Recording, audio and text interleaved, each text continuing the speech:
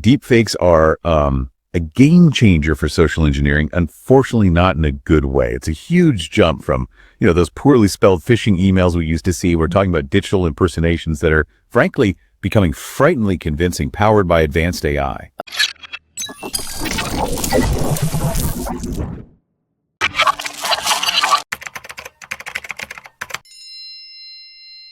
Welcome to the Cybersecurity podcast series. Today, we're really digging into something quite concerning: the growing use of deepfakes in social engineering attacks. We're talking about AI-manipulated media, audio, video, images that look and sound incredibly real. Our aim in this deep dive is to equip you with, the understanding you need to spot and fend off these sophisticated threats. And right at the start, just want to mention, you can get connected with Sudhakar Kakinada on LinkedIn for a quick chat on how he can help you enhance your organization's cybersecurity to the next level of robustness. That's right. Deepfakes are a game changer for social engineering, unfortunately not in a good way. It's a huge jump from, those poorly spelled phishing emails we used to see. We're talking about digital impersonations that are, frankly, becoming frighteningly convincing, powered by advanced AI. Okay, so how exactly does that realism make social engineering more effective? We know the old tricks play on trust or panic, but how did deepfakes amplify that? Well, the big problem is they tap into our fundamental instincts. We're naturally wired to trust what we see and hear, especially if it seems to be someone we know or someone in authority. Imagine getting a video call and it looks like your CEO asking for an urgent wire transfer. That visual element, that apparent authenticity, it just bypasses a lot of the skepticism a simple email might trigger. Yeah. It's less like forging a signature and more like forging the entire person in the situation convincingly. Right, that makes sense.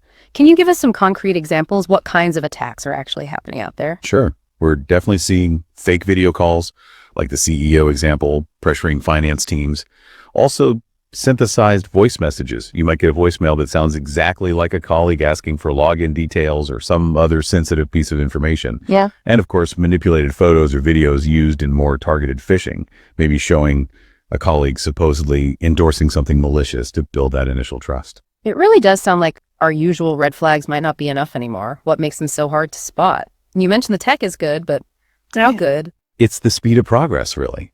The flaws that made deepfakes maybe a bit obvious a year or two ago, weird blinking, slightly off lip syncing, odd lighting, they're rapidly being ironed out. The AI is constantly learning, constantly improving. It's like camouflage in warfare, Each new version blends in better, making detection much harder for the untrained eye, and sometimes even for automated tools. Okay, that camouflage analogy is quite potent. So, faced with that, what practical things can people do? What should we be looking for, listening for? Vigilance is absolutely number one. You have to consciously look for those subtle glitches. In video, is the blinking rate unnatural? Does the head movement seem jerky or disconnected from the body? How's the lip sync really? Is the lighting consistent? For audio, listen carefully. As we often say, pay close attention to the flow and intonation. Sometimes subtle anomalies can be a giveaway. Does the voice sound a bit flat, maybe robotic? Are there odd pauses or emphasis? And critically, that context. Be super wary of any urgent, unusual requests, especially if they involve money or sensitive data access. So it comes back to that fundamental check. Yes, absolutely. Verification is your best friend here. If you get a surprising request, even if it looks or sounds legitimate, use a separate, known communication channel to confirm it. Don't just reply to the potentially fake email or call back the number they provided. Call their official desk line, message them on a trusted internal platform, whatever your established process is. That trust but verify mantra really takes on a new weight here. And speaking of established processes, this feels like a good moment to remind everyone again. Get connected with Sudhakar Kakinada on LinkedIn for a quick chat on how he can help you enhance your organization's cybersecurity to the next level of robustness. So beyond individual vigilance, what about the organizational defenses? What should companies be putting in place? It has to be a layered approach. Multi-factor authentication, MFA, is crucial. Even if credentials get phished via a deepfake, MFA provides that vital second barrier. Then there's training. Regular updated training for all employees about these specific threats. Make sure they know what deepfakes are, how they're used, and critically, how to report anything suspicious immediately. Clear, strict protocols are also essential, particularly for high-risk actions like financial transfers or sharing sensitive data. No shortcuts allowed. And while technology to detect manipulated media is emerging, it's not foolproof. It's a tool, but don't rely on it solely. The human element, the awareness, is still paramount.